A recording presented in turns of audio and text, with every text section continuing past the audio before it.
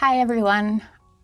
Okay, so this is my little preamble for The Art of Love. I'm going to try recording a couple of chapters of that and see how that goes. Now, disclaimer, big disclaimer, I am Australian. I don't have an American accent. This book is set in America.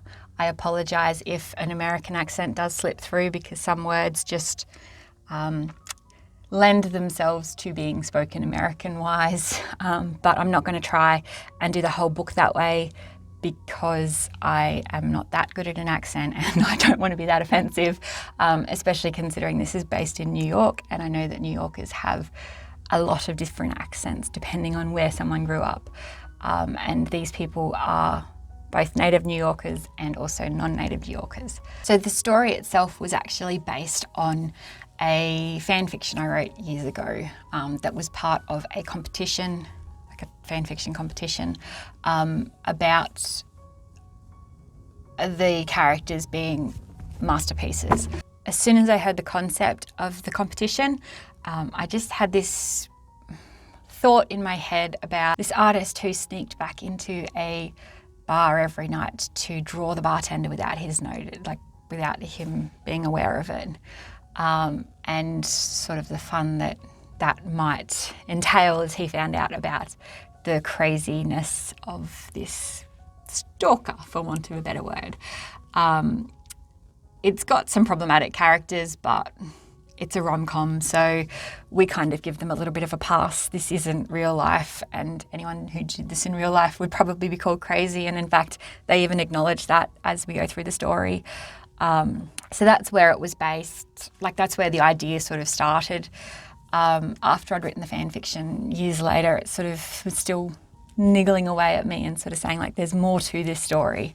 There's more that could be explored, and that's when I went back and looked at it and went, okay, I can see where more can be explored, and sort of started pulling it apart. And it's got some side characters whom I absolutely love and who will eventually be getting their own stories. In one of my previous videos, I mentioned a lesbian couple that I was writing. They are actually in this book, and their books kind of cross over a little bit. I've written probably about 2/3 of that book, but like I said in that video, there's some issues that I'm having in regards to own voices and how to handle that and whether I should even be telling their story, but it kind of feels a bit disingenuous to not tell their story too when they are such a great couple and their story's interesting. It isn't a traditional coming out story. They're both already out by the time that they meet, but it is a love story that does have some bearing on the fact that not everyone is very accepting of LGBT plus. So yeah, it's an interesting story, I think. There's also some story for one of the main characters' sisters, and yeah, there's sort of a bit of an expanded universe that I can be going into, but they will all stand alone and you won't need to read any of them in particular to read the other ones, which is why The Art of Love is already published and kind of complete as it is without worrying about whether or not the other ones have their stories yet. It's a bit crass, but one of my books aren't. You know, all of them have language warning and sex warnings on them because I write life, and life is messy and life is crass, and Australians swear a lot. I take very, very good care to try and reduce the amount of swearing I do in these videos, just because I don't want everything to be problematic before I even have enough subscribers to care whether it's problematic. So I'm just trying to keep the Aussieisms down as much as possible, but there will be swearing in the books that I post, and there'll be sex in the books that I post, and I'll probably mark those videos 18 plus, so you might find you can't watch them unless you're logged in. This will definitely be one of them. So what I will do in these preambles is read the blurb.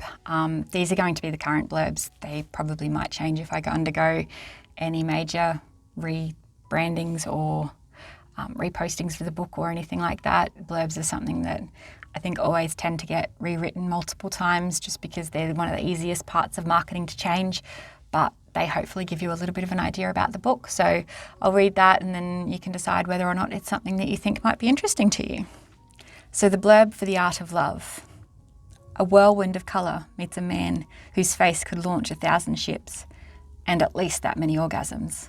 When art school student Ariana stumbles onto Cecilia's, a hidden bar on New York's Fifth Avenue, she finds her muse.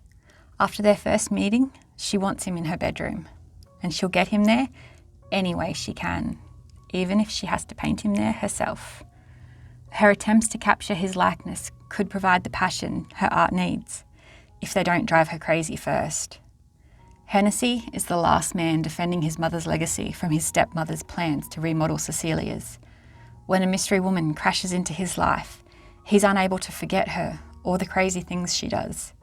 Can her storm bring calm to his life, or will her manic influence cost him everything? So that's a little bit about the book. One thing to mention about this book is before I went into it, I know a little bit about art. I've seen some art. I'm not an artist myself, but I know some artists, and I've, like I said, been through GOMA, which is the Gallery of Modern Art in Brisbane, as well as a few other bits and pieces that, the art street through the art gallery. And also when I was in London, we went to the art museum. I've been to the Louvre. I've seen the Mona Lisa. So I've done a little bit of art, but one thing that I never really understood, and I'll admit this, is abstract art. Now, abstract art is something that I think gets shit on quite a lot, rightly or wrongly. It provides passion for people, and I never really understood that passion until I wrote Ariana. She loves abstract. She does paint a little bit realism as well, obviously, as through the book, as I described. She tries to paint him, but her main passion and her love is abstract. And viewing it through her eyes as I wrote the book and as I studied what abstract art was and how to balance it and how it matters, made me appreciate abstract art in a way that I never really did before. And yes, there are still some where I go, that's just a red square, but it's a red square that means something to someone and means something different to everyone who comes along and sees it. So,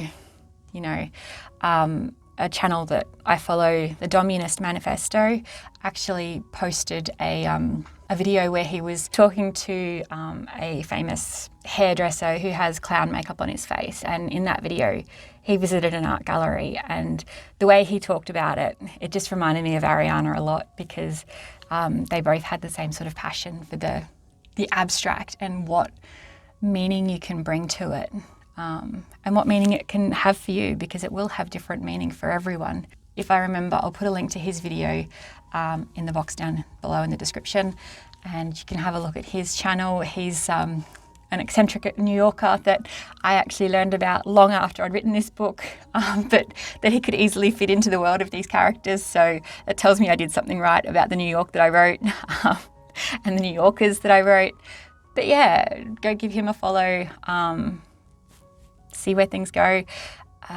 What else? What else can I say about this book? This is another video that's going to be hard to freaking edit. I keep doing these videos that go on these meandering little paths, and I don't know if they ever come back to a nice little conclusion, because I'm insane and my brain doesn't do nice little conclusions half the time. So that's the book. I'll be reading it, posting the first chapter soon. If I don't post the first chapter, you probably won't see this whole video either.